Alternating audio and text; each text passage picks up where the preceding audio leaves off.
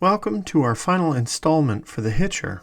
If you want to see the behind-the-scenes information, we suggest you see Part 1 and 2. Otherwise, let's continue. The beginning titles for The Hitcher were rushed by production designer Dennis Gosner because the production kept running out of money. Throughout the film, any music or television in the background are mundane, per director Robert Harmon. He described what was playing in the background as mind-numbingly dull. And in the case of Halsey, it does not help him stay awake at all. Thus, the suggestion throughout the film is that what we see in our reality is dull. This is Uncle Bruce here, going on with Farm and Market Report, John. When it comes to John Ryder, Hauer stated up front that Ryder was a rental company, not his name. Now, we are going to cover theories later in this video. But one thing that everybody has to realize is that many of the people behind the film disagree on what Ryder is, so there is no definitive take on the character. Eric Red himself stated there is nothing supernatural about Ryder at all. Yes, I most certainly had a backstory and a psychological backstory. No,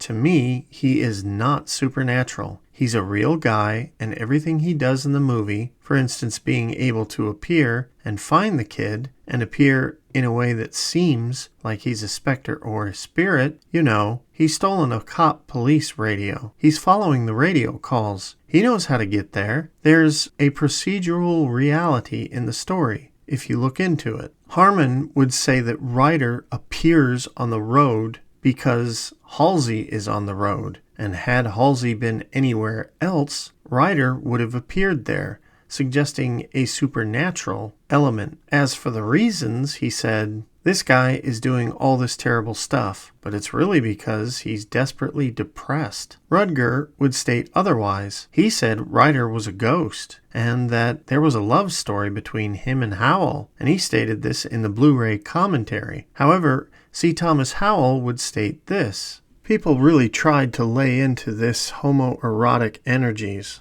and a lot of stuff that, quite frankly, I wasn't ever clever enough to ever think about that stuff. So anyone can believe what they want, but in the end there is no definitive take you can say is proven because no one making the film agrees completely. In the end, this movie is like a Rorschach blot. You need to decide what the image is that you see, and it will be right for you. You bring your own take and psychology to this film. It's commonly known that the eye scene, where Rudger puts the knife to Howell's eyes, was ad-libbed. The fear in C. Thomas was real, because he worried his eye might get stabbed. The "I don't want to die" line is the key line for this movie, as C. Thomas does not capitulate and just lets Rudger kill him. He wants to live, and this inspires Ryder to take him to the next level. Or, Ryder is literally forging this kid by putting him into a fire. By the end, Halsey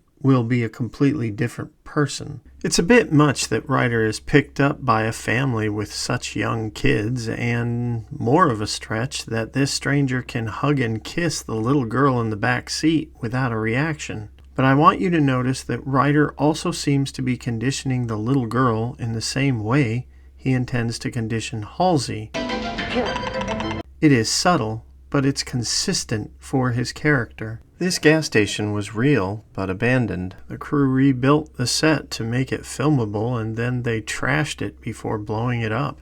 When it came time to crashing it, a stunt driver was having problems with the scene, and Rudger eyed the process thoroughly. He then went to the director and asked to do his own driving on that scene, and Howard did it with ease. The stunt driver was stunned.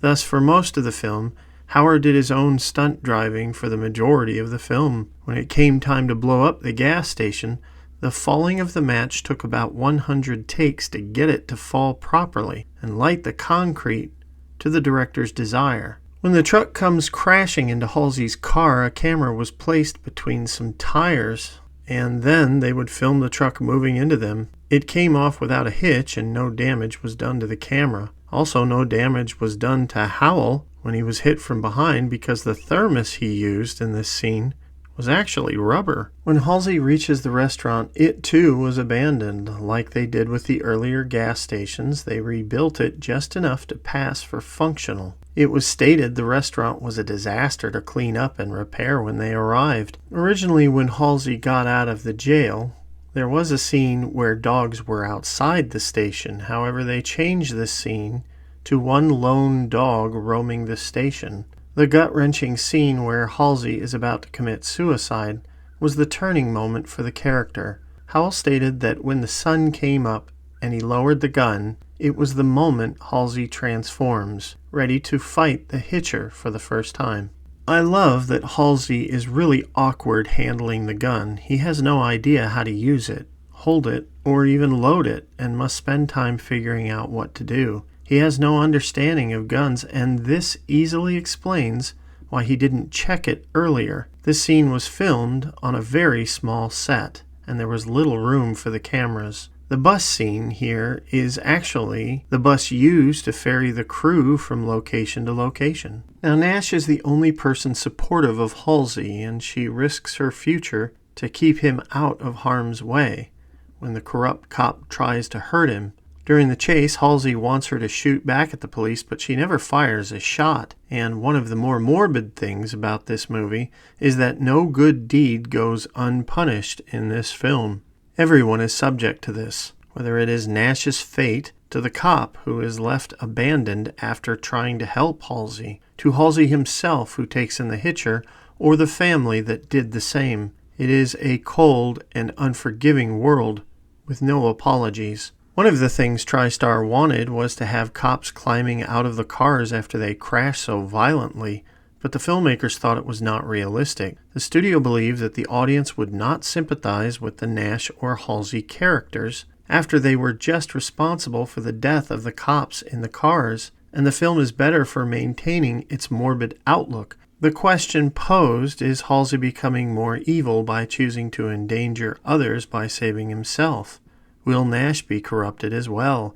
It's a fine line between survival and endangering others, and it is just another layer of depth in this film worthy of discussion. As we covered in the earlier script, there was a love scene where Nash and Halsey had sex, but it was Jennifer Jason Leigh who had the right instinct to say that such a scene wasn't appropriate, because they were on the run and a lot of people have just died. And both characters already had a connection through survival. Howell and the entire crew agreed with her assessment, and the scene was altered as a result. Now, the scene where Ryder lays on the bed is important on many levels. Rutger stated that while he laid there, his character remembered once having a connection with something, and he was a bit vexed by that thought, thus his facial expressions. It is then that he turns over and Nash feels his fingers. Realizing they're too big for Halsey's, she turns.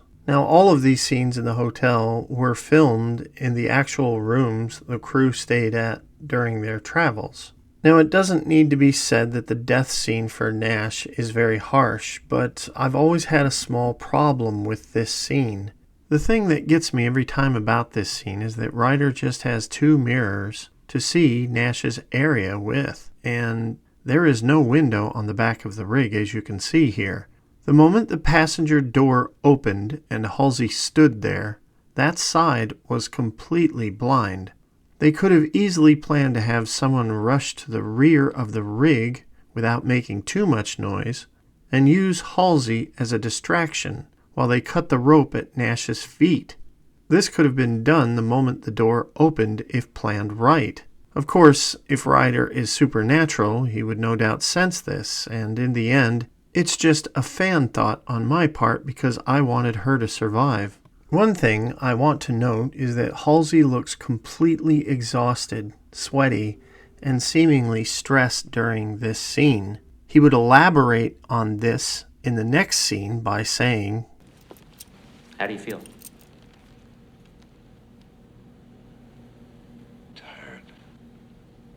He definitely does not look supernatural here. He looks human and ready to throw in the towel as if he's been exerted to his last ounce of strength. I often wonder if this has anything to do with his thoughts while he laid in bed next to Nash. Does it mean he's ready to die? Does it mean he sees Halsey as his killer? Well, the answer is it's up to you. Now, notice the interrogator interviewing Halsey. This is actually Armin Shimmerman, and Star Trek fans can remember him as Quark in Deep Space Nine. And let's not forget Jeffrey DeMunn as the captain, who was in The Shawshank Redemption, X-Files, Green Mile, and The Mist, as well as a ton of other films. Now that we are deep in the film, it's time to look at the supernatural versus normal views. For me personally, I really can't believe Eric Red's take about Ryder not being supernatural. For me, the film just doesn't work if Ryder is just a guy with a CB and he's human. I mean, he literally is standing in a hotel room without a sound, staring at Nash, and has timing enough not to be seen by Nash when he snuck in the diner and added extra flavor to Halsey's fries, take his wallet, and plant the knife in his pocket. And anyone who knows anything about sidearms is that their accuracy is not great at a distance, especially when driving a truck. However, his aim is so perfect that he can take down a helicopter with ease. It just doesn't work. Still, Red is the writer of this film, and who am I to say otherwise, despite Hauer or the director having a different take? As we noted earlier,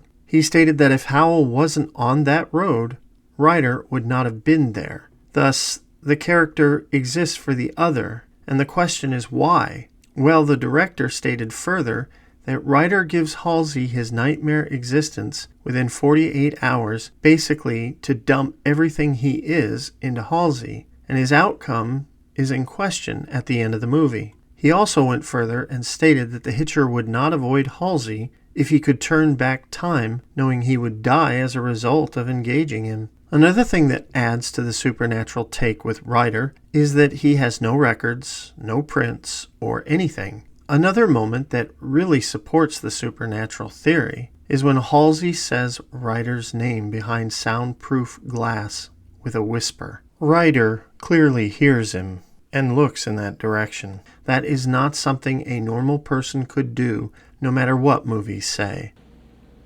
Do you have a name? John.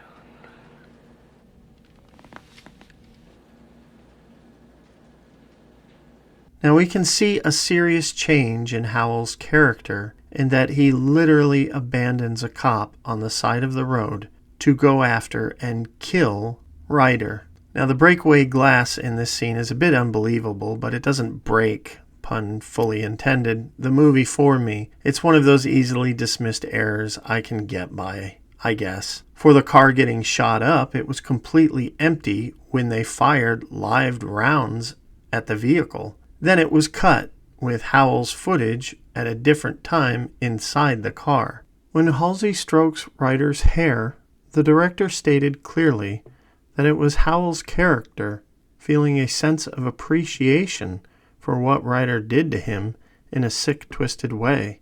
It was like he passed to a different level of awareness. Some suggest that at this moment, Halsey has now become Ryder. So let's sift through some of the theories as to what the Hitcher is. As I mentioned before, I'm approaching this as if the Hitcher is spiritual in some way. So those are the theories I will look at. The first theory suggests that Ryder is Halsey's duality or a shadow, and both characters are separate entities waiting to become one. It is suggested that Ryder is the negative aspect of Halsey, and Halsey is the positive. Now, the folks that support this state that when Ryder is in the bus, he looks at the police officer's weapon before commandeering it, and at the exact same moment, Halsey does the same thing before taking Captain Estridge's gun. It is also proposed that during the coin scene, when Ryder licks one coin and then uses Halsey's mouth to moisten the other, further suggests duality.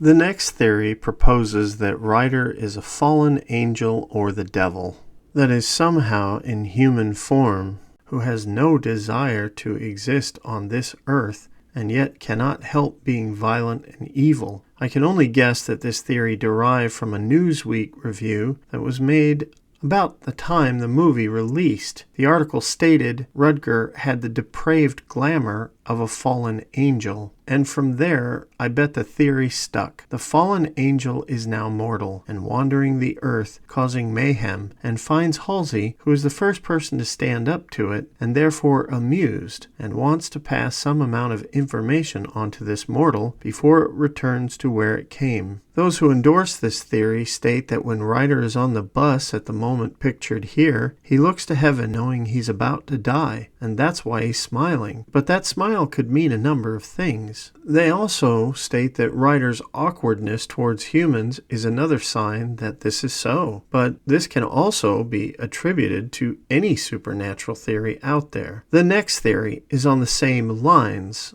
and honestly makes a little more sense. Ryder is demon-possessed and therefore is completely mortal, and yet he has the knowledge beyond man, and therefore knows how to find Halsey wherever, and has supernatural abilities. The body the demon inhabits means nothing to the entity, so it will kill until it is killed, and it enjoys trying to corrupt its victim, Halsey, until he is broken and able to possess him. At the end of the film, when Jim is caressing the hair of Ryder's very wounded body, the demon has now went into Halsey, who it picked from the beginning, thus turning a generous, innocent person into a killer. And now, the demon has corrupted his soul enough to finish Ryder off, who then stands and symbolically throws his chains on the ground now that he's free of the spirit. Then the demon-possessed Halsey turns and murders yet another victim. I have to say that's a pretty good theory, but there's yet another theory. Ryder is simply a ghost that refuses to be ignored.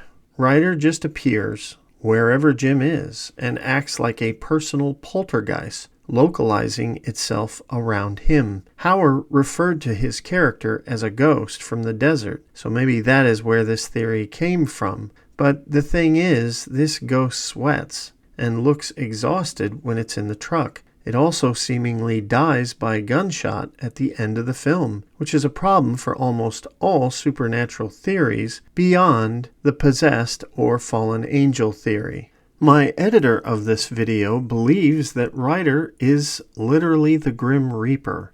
She states that Judgment Day is at hand and Ryder is there to exact judgment on everyone, and Halsey is simply in the wrong place at the wrong time. Everyone who dies in this film had it coming and has committed some wrong in the past, even Nash. We don't know what those wrongs were because we didn't know the characters before what we saw in this film. And before you say, well, he killed the kids in the car, we never see the kids slain. We know something is dead in the car, and the film implies it is the kids, but that doesn't mean the implication is what we think it is. So, Ryder is just cleaning house, and on the side, the Reaper is toying with Halsey, who amuses it. When its work is done, it allows Halsey to kill him. She states the coin in the eyes is a giveaway for this theory, as everyone needs to pay for going across the river Styx.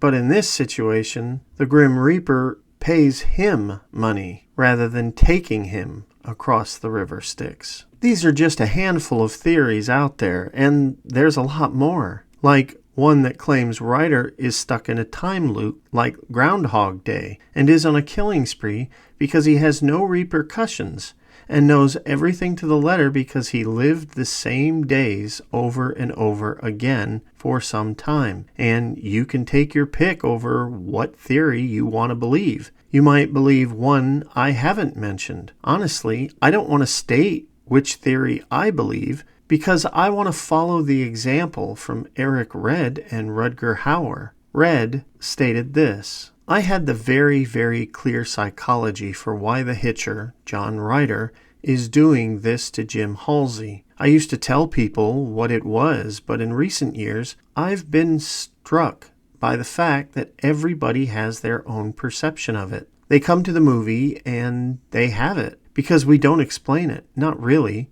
We hint at it, but we don't explain it. I've come to love the fact that everybody has different perceptions of what their relationship is.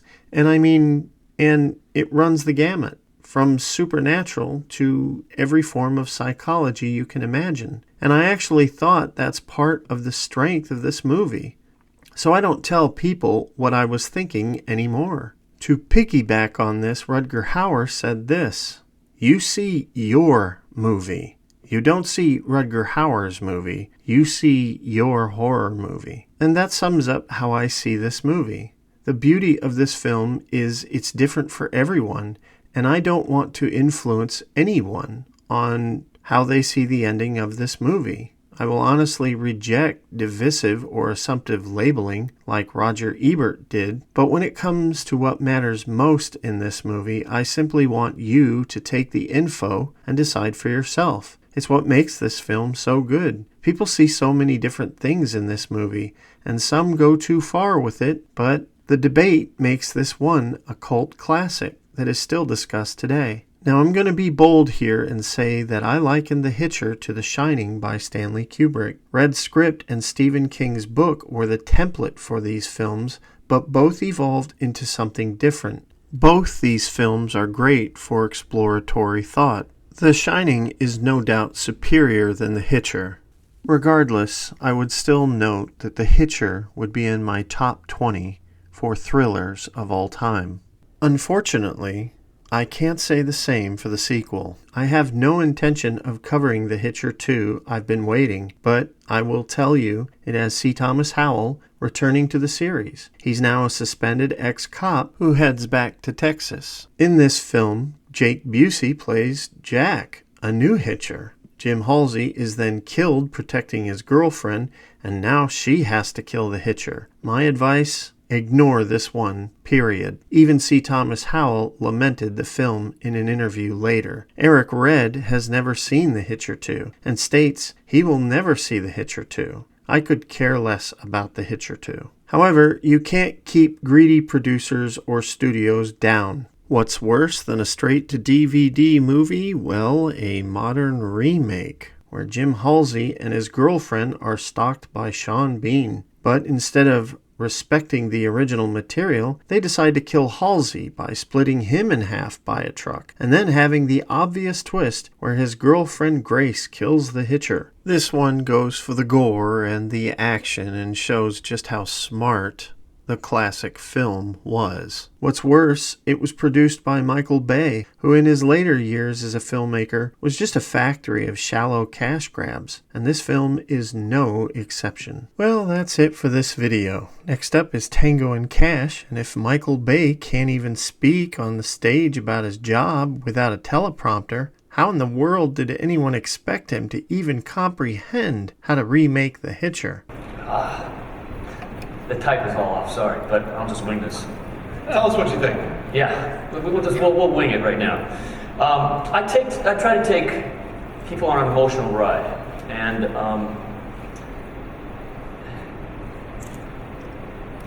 The Curve? How does it? How do you think it's going to impact how viewers experience your movies? Excuse me, I'm sorry. I'm sorry. Okay. Ladies and gentlemen, let's thank Michael Bay for joining us. I don't think we will ever know the answer to that question. We will see you next time. If you like what you see here, click like and subscribe. Super thanks helps, and so does sharing. We will see you next time.